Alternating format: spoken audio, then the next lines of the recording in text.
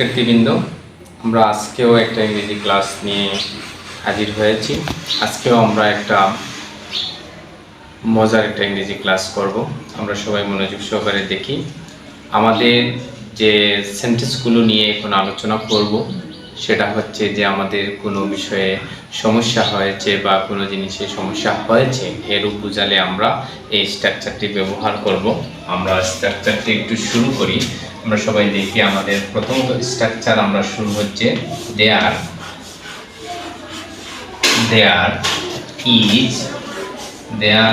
Is something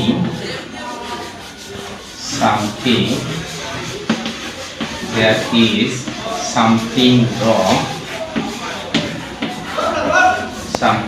wrong with plus noun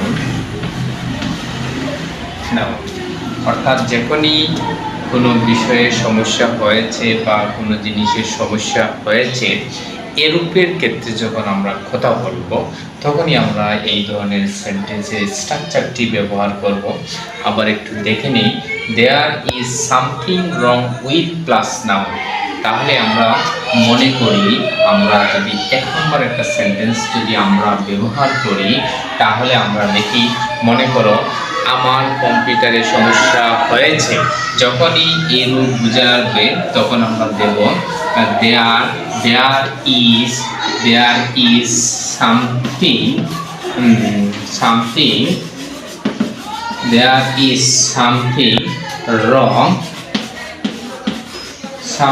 wrong with my computer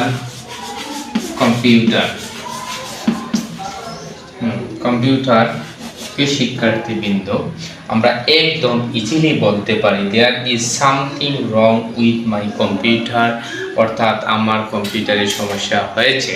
যখনই আমরা কোনো বিষয়ে সমস্যা বা কোনো জিনিসের সমস্যা হয়েছে এই ধরনের কথাটি বলবো, তখনই আমরা এই ধরনের স্ট্রাকচারটা আমরা ব্যবহার করতে পারি।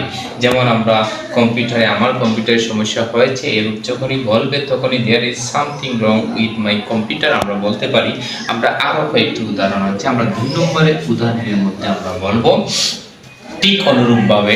যেমন আমার মোবাইলে সমস্যা হয়েছে, তখন আমি কি বলবো, দেয়ার ইজ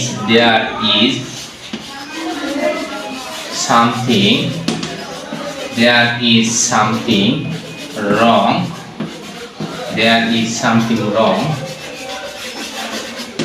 with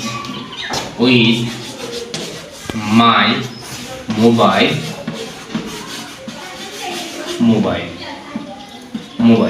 শিক্ষার্থীবৃন্দ, একদম ইজিলি আমরা there is something wrong with my mobile phone, অর্থাৎ আমার মোবাইলে কি হয়েছে, সমস্যা হয়েছে।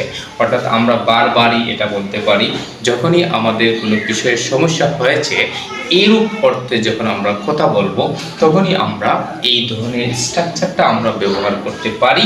3 নম্বর আর একটা উদাহরণ আমি দিচ্ছি। এখন মনে করো আমরা যারা লেখাপড়া করি বা যাদের সনদ আছে, তখনই আমাদের সার্টিফিকেটের সমস্যা হয়েছে। যদি আমরা এই ধরনের কথা বলি তখন আমরা আবার ঠিকই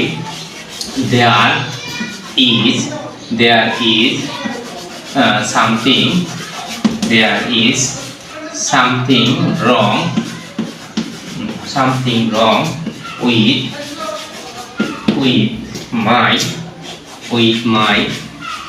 my certificate,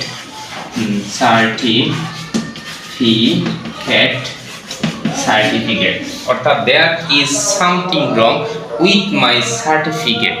এই ধরনের আমরা যখনই বলবো তখনই আমরা যদি এই স্ট্রাকচারটা যদি আমাদের স্মরণ থাকে তাহলে আমরা একদম ইজিলি আমরা কি করতে পারবো, এই সেন্টেন্সের আলোকে আমরা কথা বলতে পারবো। আশা করি সবাই এইভাবে যদি আমরা চেষ্টা করি তাহলে আমরা একসময় ইংরেজিতে কথা বলতে পারবো একদম ইজিলি। সকলকে ধন্যবাদ।